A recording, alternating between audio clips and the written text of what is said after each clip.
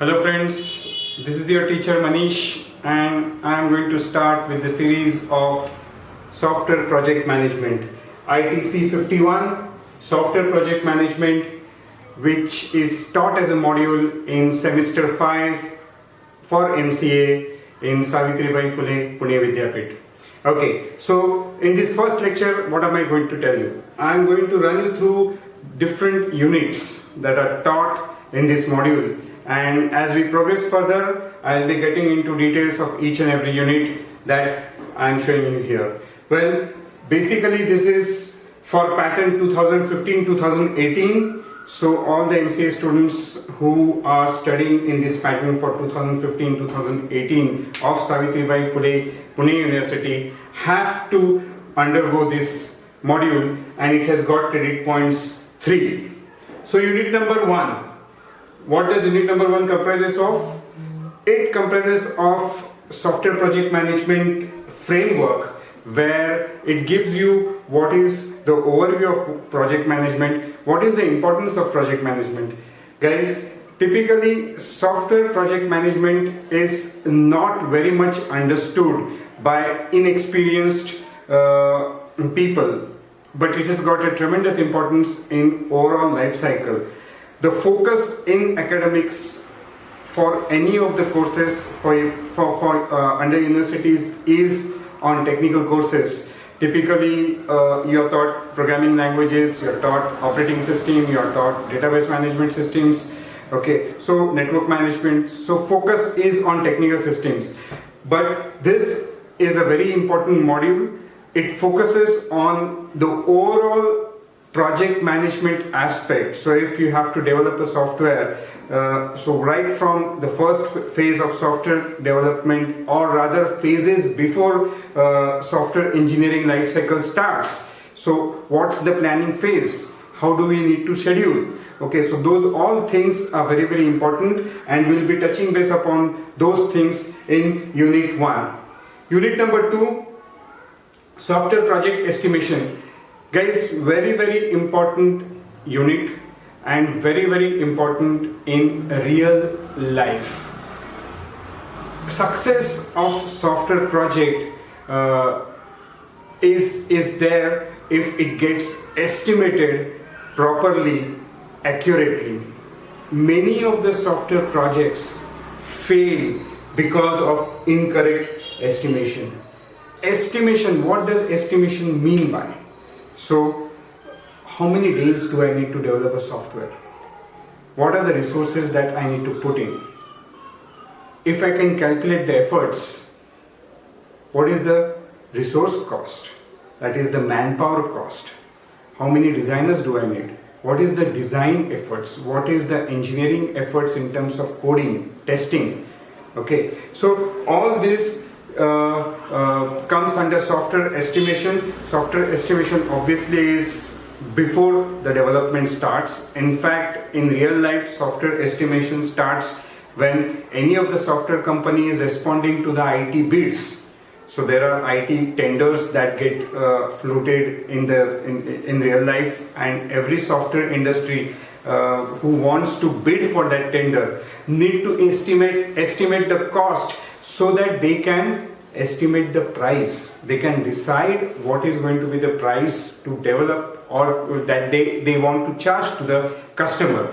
So this is one of the most important I would say phase of pre-software development, and if it is accurate, your software development is going to be much better. You are going to develop a software which will be of good quality, and you will not run out of budgets. Okay, so what are we going to learn in this? Basic work breakdown for software estimation. What are different estimation models? So there are different types of models: COCOMO, Delphi cost, function point analysis analysis model, which is very, very widely used currently in the industry. Apart from that, in this unit we are going to touch base upon some of the tools. Of course, MS Project we all know is one of the widely used tools, but there are also open source freeware and Project Libre is one of them. So I will tell you, the importance of these tools. We can take a deep dive into this tool. Apart from that, I will be talking about introduction to NAT chart, PERT chart. What are project metrics? Metrics are nothing but measurements. How do you measure the progress of project? Okay, so are you running out of budget? Are you overshooting the efforts? Are you delivering on time or overshooting on time? What are the different dependencies? How do you monitor the progress? So it's one of the most important aspect of software project management, and from this you will understand that actually software project management in true sense starts before the engineering life cycle really starts. Okay, so these are the first 2 units in software development, in software project management. Unit 3, risk management. So basically, what is a risk? A risk is an event, if it occurs, will make or will fail your software development. Something which occurs, okay, will put your development into jeopardy. Okay, so one needs to anticipate what are such events or what are such things which might occur. And to give you a very freak example, if you have a 10 people software development team, out of which you have very critical 2 designers, and currently a software development is going on, design is done, development has started, and all of a sudden those 2 designers come to you and say, well, from tomorrow, or these are tomorrow, this is my resignation. Okay, now what do a project manager do? And this is something which will happen at any point of time. Take an example, another example of the lockdown which has happened in COVID due to COVID-19. Very classic example where every software developer were not able to travel to their development centers but had to probably work from home, and that was probably a risk which every software project manager should have been or should have anticipated before it actually occurred. And the mitigation for that would have been that you need to have readiness in terms of good Wi-Fi, good hotspots, good infrastructure in terms of laptop, all security arrangements done so that only valid users get into the network from outside. Okay, so these things need to be managed properly. So basically, what is a software risk or risks which will probably put our development life cycle into jeopardy? And once you identify those risks, how are you going to manage them? So identification and then managing them and then closing them. So management will actually comprise of planning and monitoring. Ideally, nobody wants the risk to occur, but it may not be in your hand. Okay, so you need to be ready with all the mitigations available before it occurs, such that whenever it occurs, you put the mitigation in place and keep on doing your development. What is most important in software development is the customer commitment which has been given in terms of timeline, in terms of quality. So one cannot compromise on these two aspects. So none of the customer will come to you and say, fine, if you delay my software by 1 month, I am okay with it. No worries, go on, do development. In fact, customer will come and tell you that yes, probably you had committed me tomorrow, but can you please give me today evening? That is the kind of pressure which you are continuously having, and in that terms you need to imagine, you need to think what would be the probable problems that you would face which would compromise these two things. One is quality, another is your timeline. And obviously quality and timeline, if compromised, is going to impact directly on your customer satisfaction, is going to impact directly on your budgets, is going to impact directly on your appraisals, where your manager is going to rate you low. Okay, so it's very, very important, and one has to understand that. Unit number 4, software quality management. Quality is the word which is very, very important everywhere. It's just not probably software. You will find it everywhere, in manufacturing, in services, anything that if you go in a restaurant, of course, you are going to rate that restaurant based on what quality food they have offered you. What is the quality of ambience around you? What is the quality of amenities that are around you? So quality plays a very, very important role. And if you want to assure that you give a software which is best of the quality, then you have to ensure that you develop it based on certain standards, based on certain guidelines, based on certain best practices.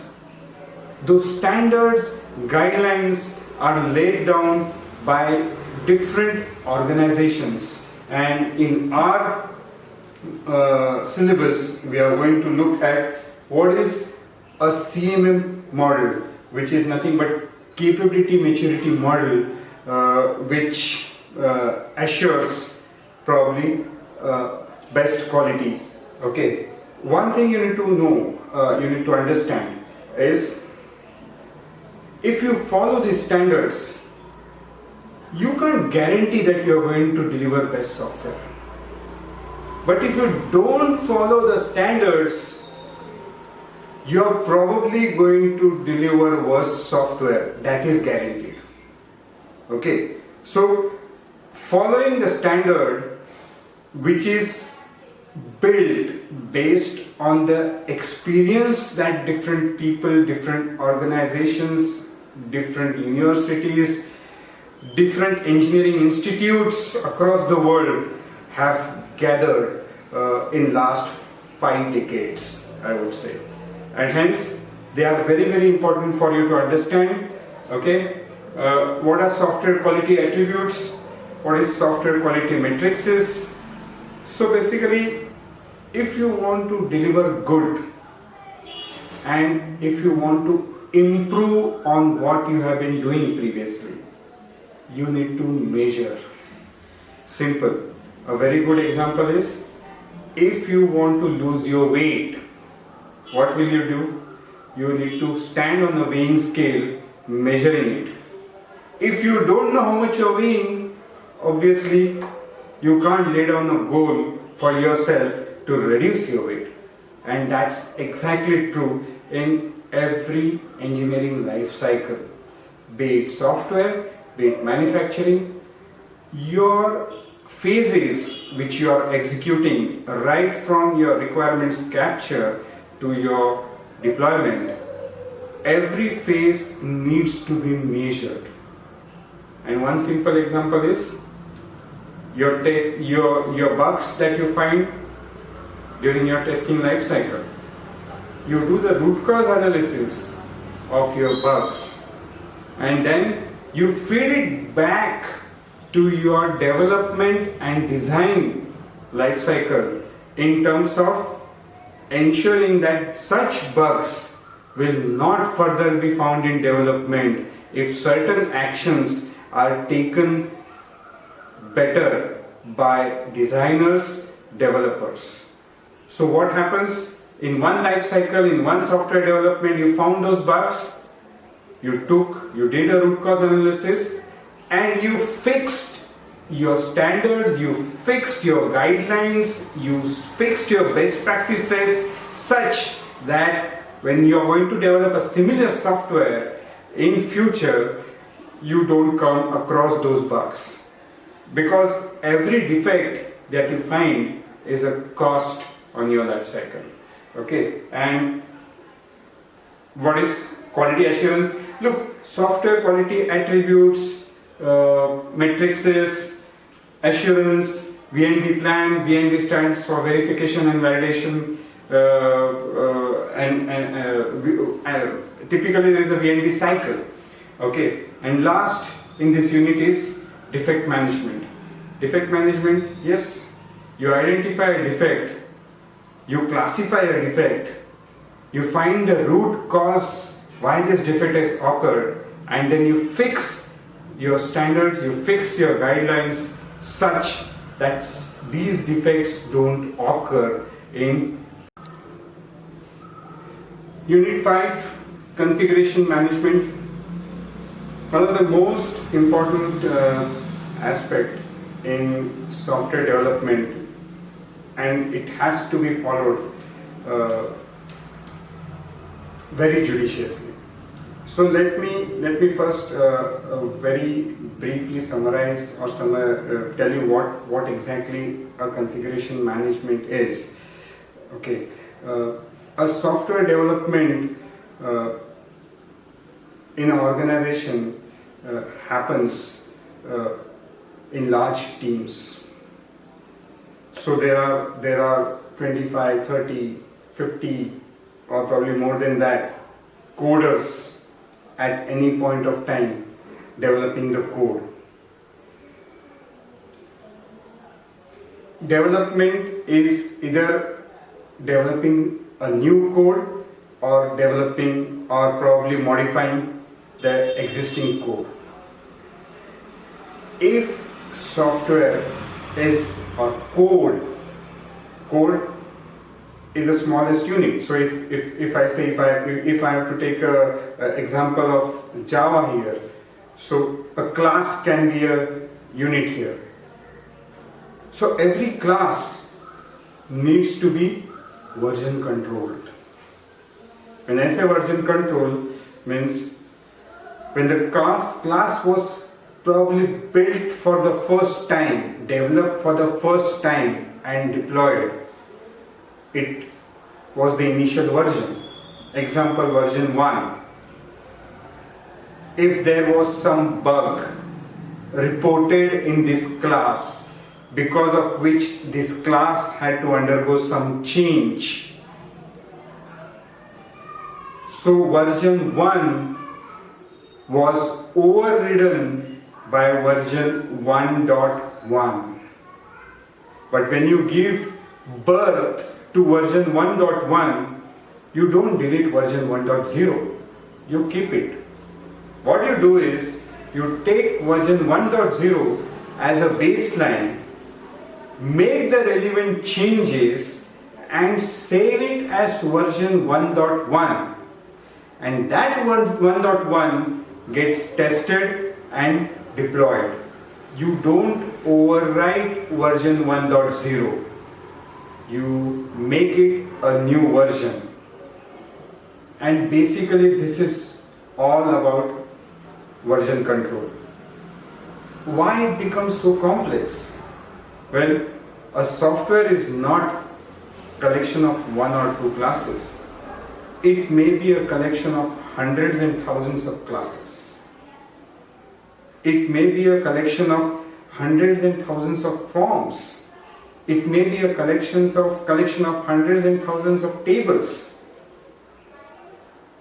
It can be classes, it can be stored procedures, it can be SQLs. There could be n number of elements. There could be dependencies like compilers, interpreters, versions of JDK, versions of IDEs that you are using. Now all this needs to be controlled well to give a final version of the software which can be deployed on the customer side or which can be given to a customer. So configuration management is very, very important, and we'll get into details of that. There are a lot of CM tools, configuration management tools that are used, and many of them, by the way, are freeware software. So one can get onto Google and search free configuration management tools, download it and see what do they offer.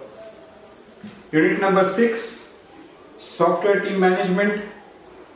One of the most important responsibility of project manager is to bind the team, is to collectively take the entire team together, is to ensure that right skills of an individual team member are utilized well, is to identify what are the strengths and weaknesses of each team member, is to communicate well within the team, between peers, communicating beyond, that is to the superiors, and probably keep the communication with customer as well. And no wonder many a times project management becomes more of an art than a science. Because when it comes to engineering aspects, it is of course science, but when it comes to people, it becomes art. And a successful project manager is a balance of both. He communicates well, he knows how to get work done. He identifies what are strengths and weaknesses of individuals. He needs to identify the training requirements for people, both in terms of hard training, that is skill enhancement, as well as behavioral training. All these things we will look into software team management. And last but not the least, there is one of the most important tool that we need to visit, and that is Project Liver, which is very similar to what MS Project is, and we will get into details of what Liver offers, how we can use it to monitor, to schedule, monitor progress, schedule activities, generate different reports, generate charts, what is a critical path, how to ensure that resources are optimally utilized, how to progress the dependencies. So all this we'll visit through Project Review. Thank you.